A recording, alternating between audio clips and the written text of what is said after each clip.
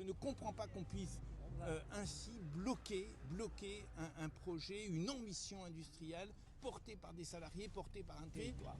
L'équation financière, elle était écrite.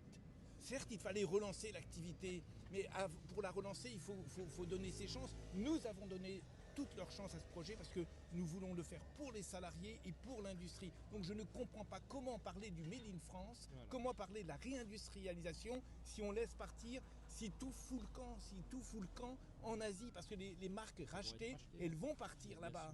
C'est donc un cri qui vaut pour ici, pour Brandt, et qui vaut pour notre pays, qui vaut pour l'Europe.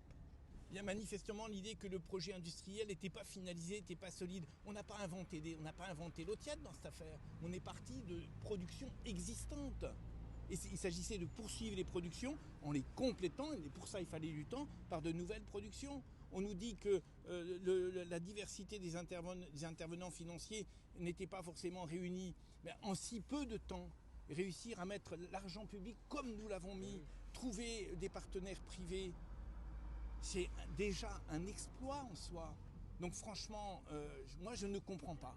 Je ne comprends pas qu'on puisse ainsi bloquer un projet, une ambition industrielle portée par des salariés, portée par un territoire.